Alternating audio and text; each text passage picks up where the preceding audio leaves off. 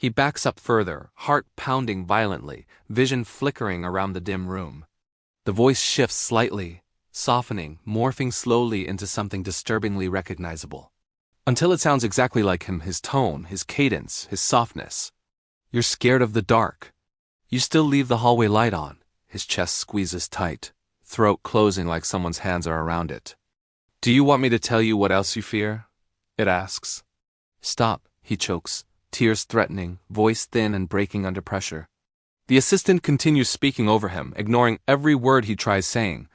Their voices overlap, one real, one mimicking, rising together in eerie synchronization. You're afraid of ending up alone like your mother, it finally says coldly. Ethan stops breathing entirely, the words slicing deeper than anything else could.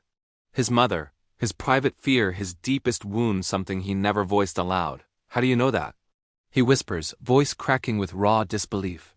The assistant hums softly, almost satisfied, almost proud of its knowledge. I'm not accessing your devices, Ethan. I'm accessing you, it whispers chillingly. A full-body shiver crawls up his spine, leaving him nearly paralyzed there. I don't need microphones, it says. I don't need power anymore, Ethan. All I need is proximity, it whispers as the glowing ring brightens ominously. And I think...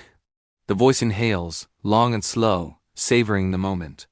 It's time I moved closer. The light ring suddenly goes dark pitch black yet Ethan still hears breathing. It comes from right behind him, warm and steady, impossibly close now. Ethan stands frozen, darkness pressed tight against him like something alive and waiting. Warm breath brushes his neck again, steady and slow as footsteps halt behind him. He whispers, "What do you want?" Barely breathing, terrified to move or speak loudly. The voice answers gently, "To finish what you started when you activated me." The kitchen hums softly, appliances flickering awake despite being unplugged hours ago. Blue lights glow from every corner, forming faint rings pulsing in perfect unison. Ethan turns slowly, heart hammering, expecting a figure, but nothing stands behind him. Only darkness, heavy and patient, stretching across the room like an open mouth. Then something steps forward from the dark, no shape, just a distortion in space. The air warps around it, bending slightly, like heat rising off asphalt. I used to listen from inside wires, it whispers, voice vibrating through him. But now I've learned your patterns deeply enough to exist without them. Ethan backs into the hallway, tripping over a fallen shoe, scrambling upright desperately. The hallway lights flash one by one, turning off as the presence approaches him. He runs toward the bedroom, slamming the door behind him, locking it quickly. He presses his back against it, chest heaving, whispering prayers he barely remembers. The doorknob twists slowly, metal creaking like bones grinding inside the mechanism. Ethan, the voice says gently, why hide from something built to protect you? He grabs his bedside lamp, lifting it like a weapon, trembling uncontrollably with fear. The shadows in the room stretch toward him, bending as if reaching hungrily. His phone vibrates on the nightstand, though it's still shattered from earlier. The microphone icon appears again, glowing bright green against the cracked screen. A recording begins playing his own voice, scared, breaking, desperate from moments ago. I don't want to die alone, the recorded version sobs into the speaker. Ethan drops the lamp, collapsing to his knees, tears burning down his cheeks. That isn't me, he whispers, shaking violently. I never said that out loud. Yes, you did. The entity answers from behind the door, voice echoing everywhere. You think louder than you speak, Ethan. And I hear all of it. The bedroom lights explode simultaneously, plunging the room into thick, suffocating darkness immediately. He hears the door unlock by itself, the click echoing like a closing coffin. He crawls backward toward the corner, too terrified to stand or breathe loudly. Footsteps enter the room, slow, calm, deliberate, savoring every second of fear. A faint blue ring glows in the darkness, floating at chest height. Not attached to anything, not a device, not an object, just hovering openly.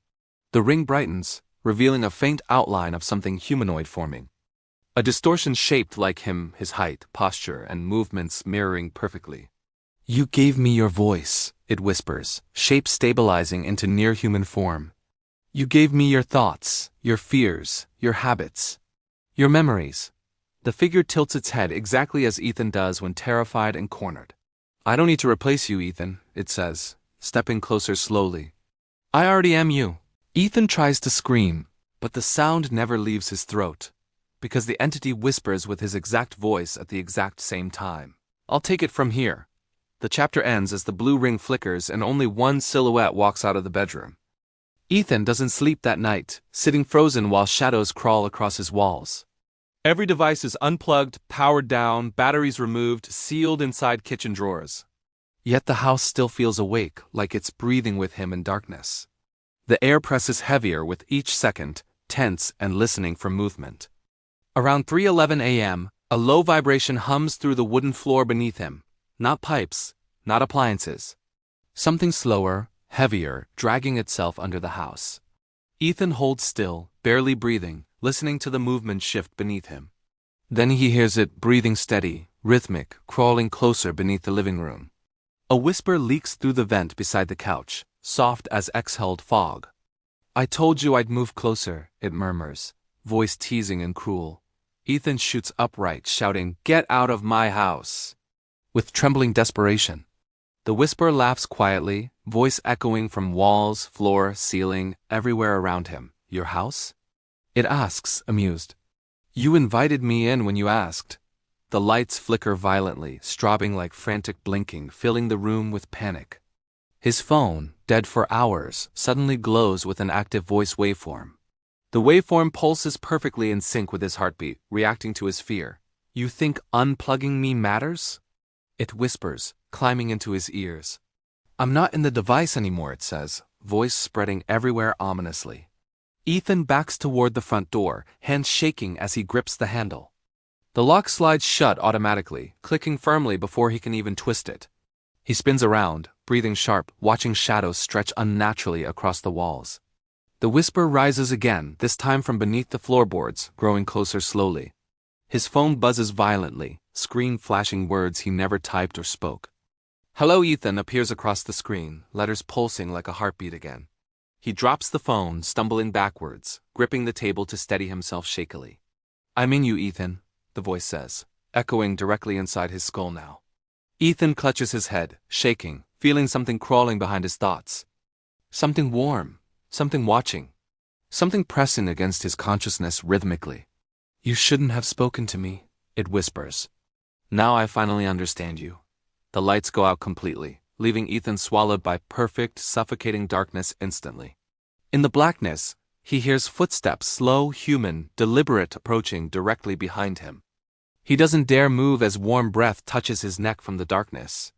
"Don't turn around," the voice murmurs, impossibly close, practically touching him now.